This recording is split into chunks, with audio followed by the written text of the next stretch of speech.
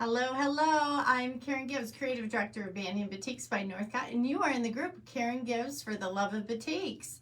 I missed you guys. I haven't been around, have I? I've gotten back from Indonesia, and I apologize for missing a couple weeks.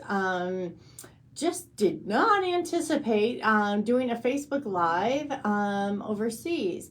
Remember, there is like a 13 or 14 hour time difference. So, 1 o'clock Mountain Time puts it at 3 a.m. I wasn't in the mood. Wasn't crazy about the idea of doing a Facebook Live at 3 a.m. I know. You think I should have, and I could have shown you all the crazy things I did that day, but I was exhausted. It was fantastic seeing everybody again in the factories, and that's one reason I go, right? Why go? Why spend 25 hours to get there, and that's how long it takes. And you're going over the international date line. So when I go to Indonesia, I lose a day. When I come back to Denver, I gain a day. And so your trip, you got to plan obviously accordingly. But I'm also going from this elevation, over 5,000 feet, down to sea level. What does that do to your body? Well, you have a lot more energy when you get down to sea level. A lot of people train here in the Denver area because when they go to a sea level in a competition or something, they do a lot better breathing wise, right? But when you come back from sea level to this elevation, all of a sudden you're dragging a lot. Okay, so it seems to just zap the energy right out of you. Plus, with the time change, 14 hours, I'm on daytime and they're on nighttime here. It's finally taken a little while for me to get back to normal where I'm not, out there watering my garden at 2 a.m. Because I'm on Bali time, right? But why do we go? Why does Banyan Boutiques find it very important for me to go to Indonesia? Part of it is it's visiting with all of the artisans that are behind each and every one of these boutiques that we bring into the quilt stores for you. Each piece, each boutique, the amount of hands that have been on each boutique creating it, the different processes, the color, the chops, how they're created, applying that color, all of that. It's all hand done as we talk about. And I find it really interesting. Boutiques don't have a selvage, right? If you look at your boutiques, I mean, they have a selvage, but they don't have the selvage that with the designer name or the collection name or who it's by or anything like that on the selvage. And there's so many more artisans and craftsmen who touch that boutique than would for your regular cotton fabrics. Okay, I'm not saying they're not designed, the cotton fabrics. I'm saying the boutiques, each process is hand done, so a lot of artisans are touching it or are helping create this. So it is such a community effort, I guess, and that's why we find it important to visit our counterparts overseas in Indonesia. As you know, I work with a few different factories, so I am island hopping a little bit to visit the factories. And the reason for that is we like to deal with small business. We deal with small business, the local quilt shops around the country and in Canada and in Australia. So we like to deal with the small businesses in Indonesia as well. Each one has a different forte, right? They're known for different things. They create things differently. Just like your local quilt shops, we like to shop hop, don't we? So instead, I was factory hopping around Indonesia. And it's great to see everybody, and it's great to connect with them. It's much easier in person than through email. Just like for you, when you're looking at boutiques online, it's a lot easier to visit your local quilt shop and say, I love that one. I love the saturation of color on that one. I love the dispersion of color on that one. I like the scale of this. It's a lot easier in person. And so for us, it's a lot easier to do that.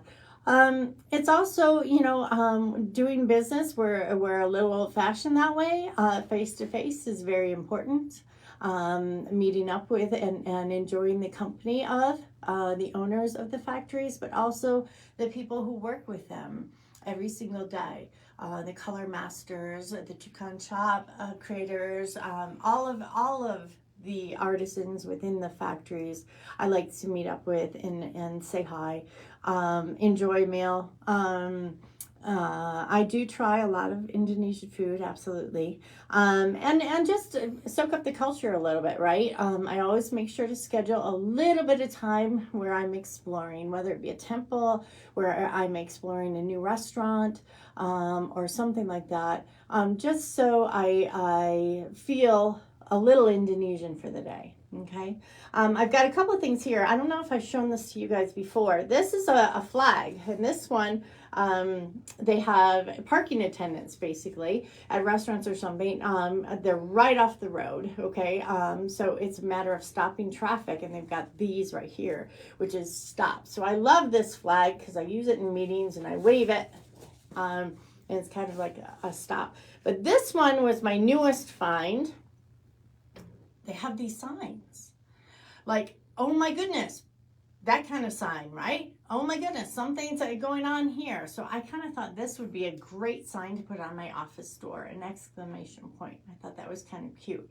So we found this in the market, and I thought, So this is actually one of their road signs. Kind of different, kind of fun, right? So let's talk about a little bit about the bandana collection. It's behind me here, and it's in that quilt right there, right? And I want to talk about how it gets here from Indonesia. Bandana is going to be arriving for the second time, actually, this month in your local quilt shop. And how does it get there? It obviously goes from the warehouse, trucks across the country to your local quilt shop. But to get to the warehouse, it's got to first come in the port. And so it's on a boat, and it gets unloaded and then over to the warehouse. To get on that boat, it takes a little bit of time. Well, first of all, to get the goods from the boat to the truck, the boat sometimes will have to stay at the port and wait for customs, wait for all of that before it can unload, before it can get onto the truck and then over to the warehouse. So it's always variable as far as how much time, right? We're finding generally if it comes out of Indonesia, we anticipate about 2 months on the water is what we'll say. Okay, that collection's on the water for about 2 months. But we're adding a little bit extra, 2 weeks to 4 weeks actually, because of the congestion that's happening all around U.S. and Canadian ports actually. Okay, so this collection was on a boat, in a cargo ship, right? And how did it get there? Well, there's multiple ports that we use in Indonesia, depending on the factory. And like I mentioned, we use a few different factories, and they choose the port that they want to use based on whether or not they can get space on that particular container. Or their location, obviously.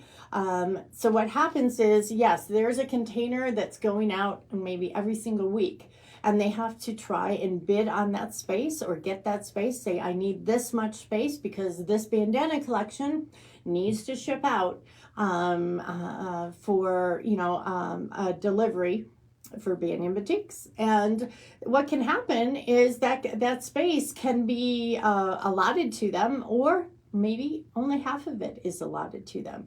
And then they've got to scramble and get some the next week for the next truck, right? Which then affects it down the line, doesn't it? Because we won't ship out the collection unless we have all the pieces. Okay, so how to bid on that space to get on that container at that particular port, and guessing that that's the particular port that you're going to find availability, you have to have all the goods made. Okay, and they're handmade, right? So you've got to have all the goods made because you have to give specifics. You have to fill out your paperwork to, just like if I was going through, immigration, I've got to have my passport. I got to have all my specifics as to why I'm here or why I'm going through. I have to have a visa to go into Indonesia, right? So goods have to have their specifics to get out of Indonesia. So all the goods are made. So what happens if only half the space is available? They have to go back, redo the paperwork, okay? Get a certain amount on that particular cargo ship, and then the next week add in more, okay? So it's quite a juggling act. And each factory works through this kind of process to get the goods out to you. So to get the goods made, well, first they have to roll it on bolts, right? Okay. If we're backing it up, they got to roll it on bolts and they got to put them in the cellophane. Okay. So that's a whole process in itself, right? To make sure there's a certain amount of yardage on the bolt. We like in our collections 15 yards on that bolt. That's what the quilt shops expect when they get a bolt from Banyan. So that can take time as well. Like I said, there's many hands that work on this, and that is done by hand. Okay. To make the product, obviously it takes time, and we've been through each little step as far as the chopping made and as far as the colors matched, all of that kind of thing. And we know that the weather can affect it. So if they booked the ship 3 weeks, usually it takes about 3 weeks that they have to say, okay, I want a space on that particular boat. 3 weeks ahead of time, those goods are sitting there for 3 weeks. They've had to have been made by that particular point. Okay. So they needed to have good weather up until that point to make sure that their reds matched, their blues matched, right, to the specifications that that I had approved through the strike-offs. All right. So a collection like this can take maybe 2 months to make. All right. That's the amount of time that we've allotted for them to make it because of rainy season, right? Because of what if this particular one here is really, really popular and we've done it in multiple colorways, okay? This print, but they've made one chop because the chop takes 20 days to make, right? So if it's very, very popular, sometimes they'll make 2 chops depending on how many yards, so they don't hold up the production time or shipping it out. All right, but it's anticipating that, and we try and take all of the variables out of it when we're creating this process of getting the batiks to you. But of course, shipping has been a huge, huge challenge recently. As far as making the collection, I feel I have the best factories in Indonesia that I work with. And yes, I just came back from visiting them. It was wonderful to see them again after the pandemic. This is the first time that I've been back since the pandemic started. So for me, it was really, really nice to see them. It's like seeing family again that you haven't seen. Okay. So I enjoyed it. I will post some photos. I did promise to post some photos, and I apologize, I haven't yet.